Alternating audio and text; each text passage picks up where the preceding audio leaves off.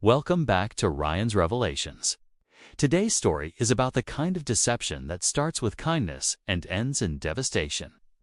About the lies we tell ourselves when we're lonely and the price we pay when those lies catch up with us. If you've ever wondered how far gratitude can blur into something dangerous, stay with me. This one's going to leave a mark. Before we start, hit that subscribe button. These stories are raw, real, and they need to be told. Your support makes that possible. Now, let's get into it. My name is Connor Hayes. I'm 27, a graphic designer barely scraping by on freelance gigs in a small town just outside Seattle. Life's been a blur of deadlines, instant ramen, and a breakup that demolished me 5 weeks ago. I don't talk about it much, mostly because there's not much to say. Melissa left, said I was going nowhere, that I was a dead end. And I've been stuck in my head ever since, wondering if she was right. This morning, I woke up on a couch that wasn't mine. My head was pounding like someone was using a jackhammer inside my skull. My mouth tasted like cheap bourbon and regret. I was still in yesterday's clothes, a wrinkled black t-shirt and jeans that smelled faintly of rain and cigarette smoke.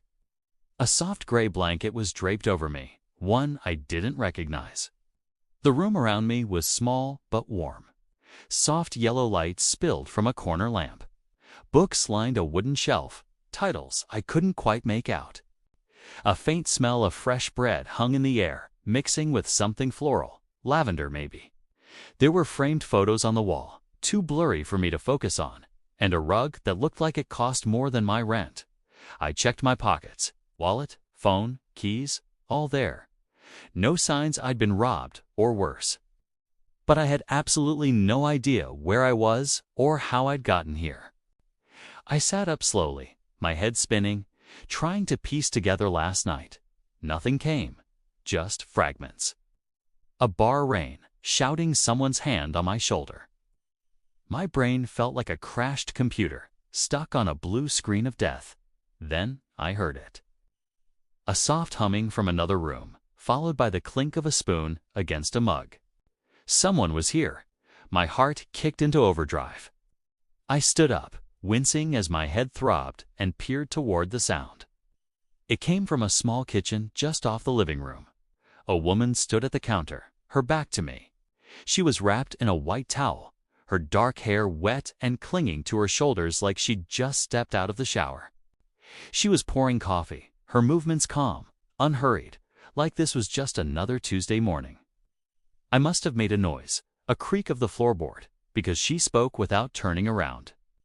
"You cried in your sleep last night." Her voice was low, steady, matter of fact, not accusing, just stating something she'd observed. My stomach dropped.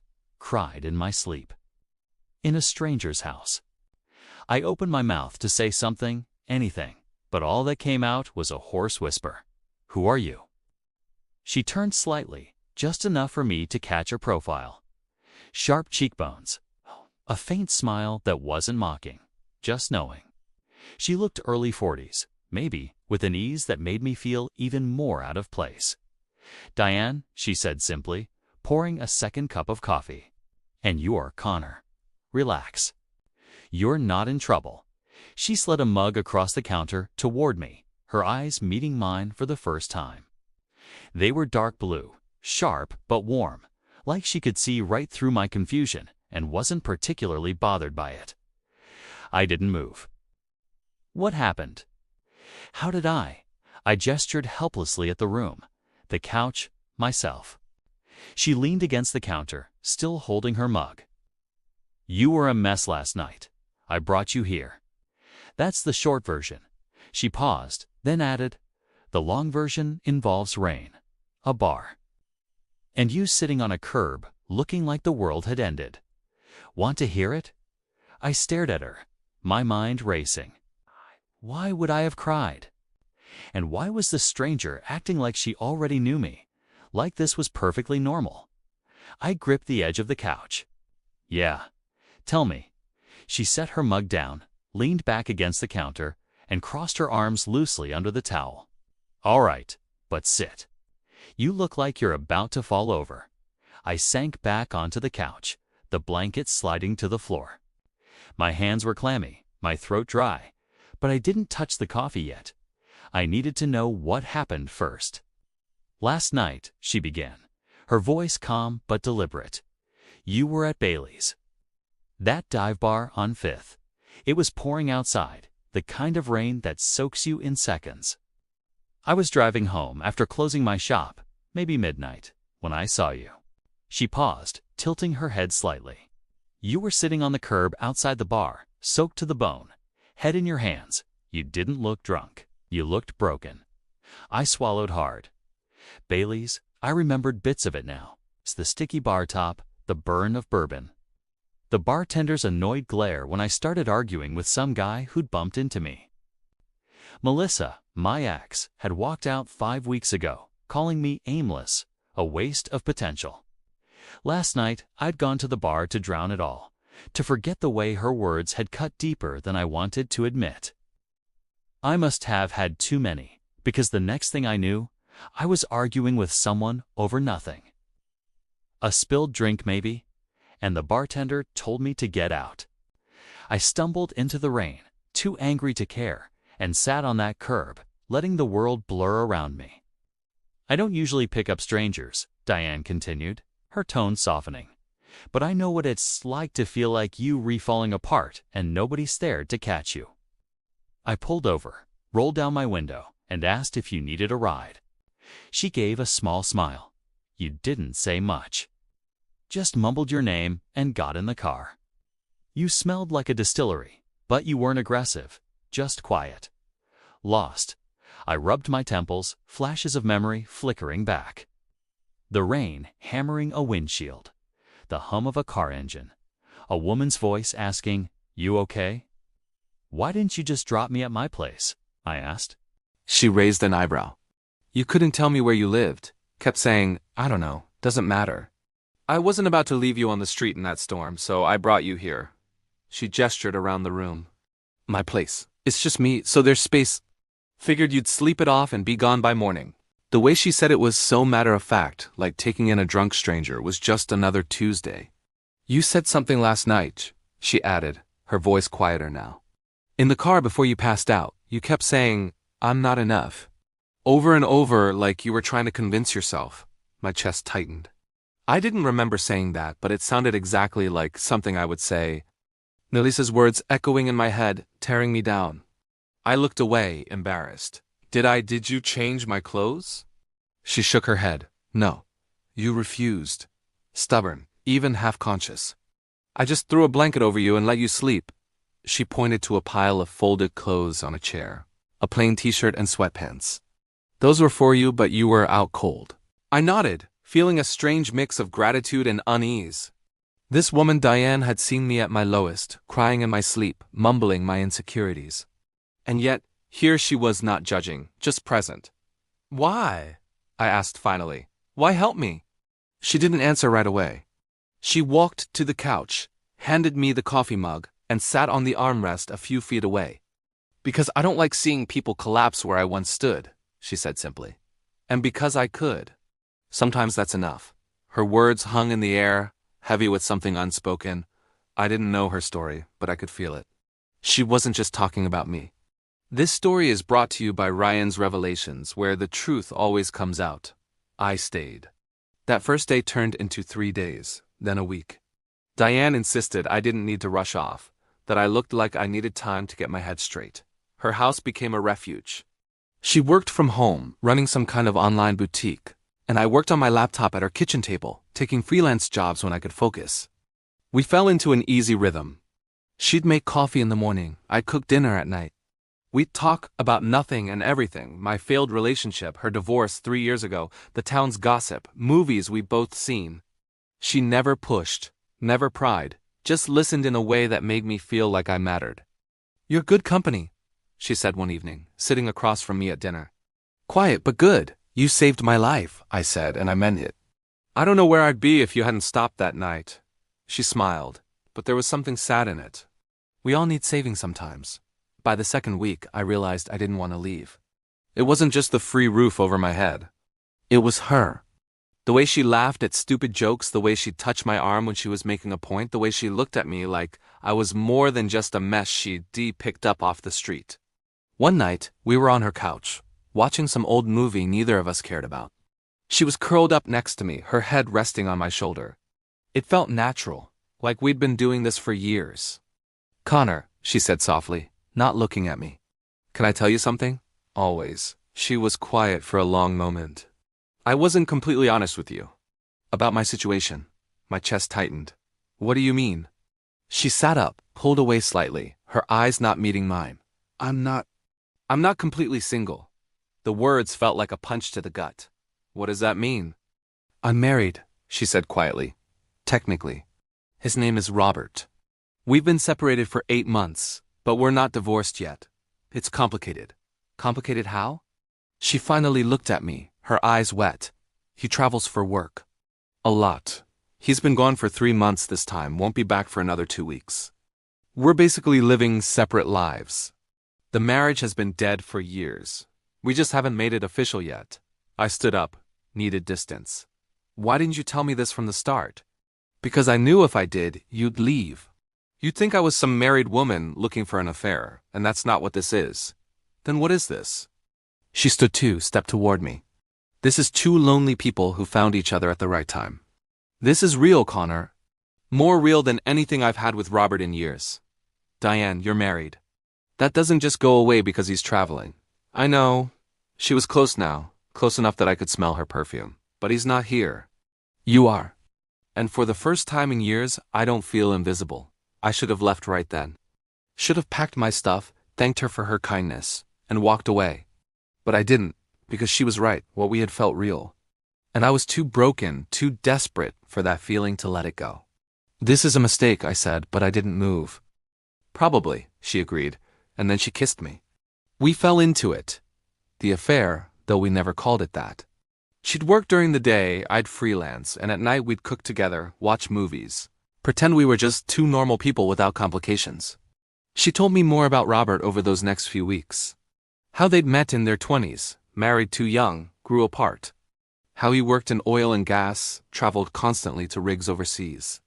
How they hadn't been intimate in over 2 years, lived like roommates on the rare occasions he was home. "I'm going to divorce him," she said one night, lying in bed next to me. "I just need to wait until his next contract ends. Timing matters with his pension." "When?" I asked. 3 months, maybe 4. After his Alaska job finishes. I wanted to believe her. I needed to. But weeks turned into a month, then 6 weeks, and she was still married. Still making excuses, still saying soon. Ryan's Revelations reminds you, borrowed time always runs out. It all fell apart on a Thursday morning in late October, 6 weeks after I'd moved in. I was at the kitchen table, working on a logo design when I heard a car pull into the driveway. Diane was in the shower. I glanced out the window and saw a black SUV, expensive looking. A man got out. Tall, maybe late 40s, wearing work boots and a heavy jacket. He looked tired, like he'd been traveling. He pulled a duffel bag from the back seat and walked toward the front door. My stomach dropped. Before I could move, before I could warn Diane, the front door opened. He had a key. Robert walked in, dropped his bag, and froze when he saw me sitting at his kitchen table. "Who the hell are you?" he said, his voice rough, dangerous. I stood up, my mind racing. I'm a friend of Diane's." "A friend?" He looked around the living room, saw my laptop, my jacket on the chair, the blanket still on the couch from last night. His eyes narrowed. "You're living here, Robert." Diane's voice came from the hallway. She stood there in a robe, her hair wet, her face pale. "You're early. You said 2 more weeks. Job got cut short," he said, not taking his eyes off me. "Flew home last night. Wanted to surprise you." He laughed, bitter. "Guess I did. It's not what it looks like," Diane said, but her voice shook. "Really?" Robert walked toward me. "Because it looks like some kid is living in my house, drinking my coffee, sleeping in my bed. I didn't know," I started. "You didn't know what? That she's married? That this is my house?" He stepped closer. "Or did you just not care?" "She told me you were separated," I said, hating how defensive I sounded. "Separated?" He turned to Diane. "Is that what you told him? We're separated?" Diane's eyes filled with tears. "We haven't been a real couple in years, Robert. You know that. So you replace me with the first stray you pick up off the street? He looked at me with disgust. How'd you meet this one? Another one of your charity cases? The words hit like a slap. What? Robert laughed again. You think you're special? She does this. Every time I leave for a job, she finds some broken kid, brings him home, plays savior. You're the third one in 2 years. My blood turned cold. That's not true. Ask her. Robert pointed at Diane. Ask her about Marcus. About Joel. Ask her how long they lasted before she got bored and kicked them out. I looked at Diane, waiting for her to deny it, but she just stood there, crying, unable to meet my eyes. Diane? I said. It wasn't like that, she whispered. They were different. You're different. How? I demanded. How am I different? She didn't answer. Robert shook his head. Get your stuff and get out of my house. Both of you figure out whatever this is, but not here. I didn't need to be told twice. I grabbed my laptop, my jacket, stuffed my few belongings into my backpack. Diane tried to stop me, her hand on my arm. Connor, please. Let me explain. I pulled away. You lied to me about everything. I didn't lie. You told me you were separated. You're not. You told me you were going to divorce him. You're not. You told me I was different. I'm not. I looked at her. This woman who'd saved me, who I'd thought I was falling for. You just needed someone to fill the empty space while he was gone. That's not fair, she said. No, I said. What not fair is you making me believe I mattered when I was just another project for you to fix. I walked out. Robert didn't stop me. Diane didn't follow. I ended up at a motel that night, the cheapest one I could find. Lying on a bed that smelled like bleach and cigarettes. Staring at the ceiling, trying to piece together what had just happened. She'd lead. Not just about being separated, but about all of it. I wasn't special. I was just the latest in a line of broken guys she'd collected. Like stray cats she'd feed until she got bored. And I'd fallen for it. Because I was lonely and desperate, and she'd made me feel like I mattered. My phone buzzed. A text from Diane. Connor, please. Can we talk? It's not what Robert said. I can explain everything. I stared at the message for a long time. Then I blocked her number. The next few weeks were a blur. I found a cheap apartment, picked up more freelance work, tried to rebuild my life for the second time in 2 months. People asked what happened, where I'd been staying. I told them I'd crashed with a friend. It was easier than the truth. I heard through mutual acquaintances that Diane and Robert were still together. Working on their marriage, apparently. Couples therapy. Date nights. The whole performance. And me? I was back where I'd started. Alone in a small apartment, wondering if I'd ever be enough for anyone. The affair taught me something. Kindness isn't always what it seems. Sometimes it's manipulation wrapped in compassion. Sometimes people save you not because they care about you, but because they need to feel needed.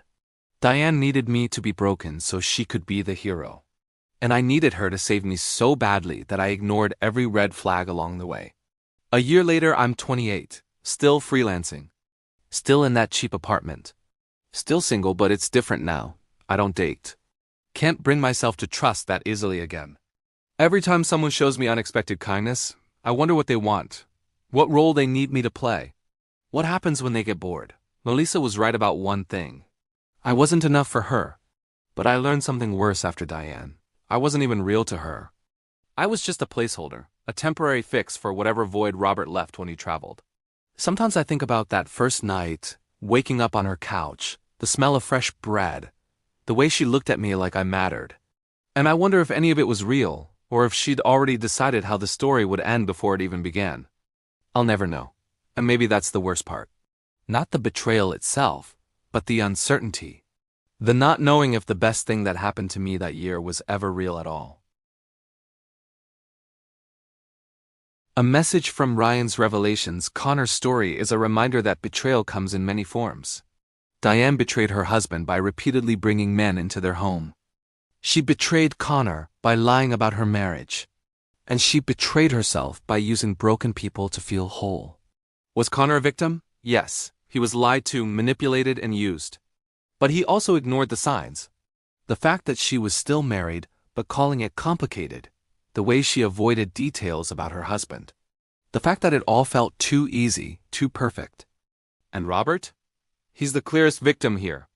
A man who comes home from months of hard work to find yet another stranger living in his house, sleeping with his wife. The lesson: when someone's kindness feels too good to be true, it probably is. When someone saves you, ask yourself why. Are they genuinely helping, or are they filling a void in themselves? And if someone's married, they're married. No amount of "it's complicated" changes that. Subscribe to Ryan's Revelations for more stories about the complicated, messy truth of human relationships. Drop a comment. Was Diane a serial manipulator or just a lonely woman making bad choices? Could Connor have seen the signs earlier? New revelations daily at 6 p.m. EST. Ryan's Revelations, where truth never stays hidden in the end.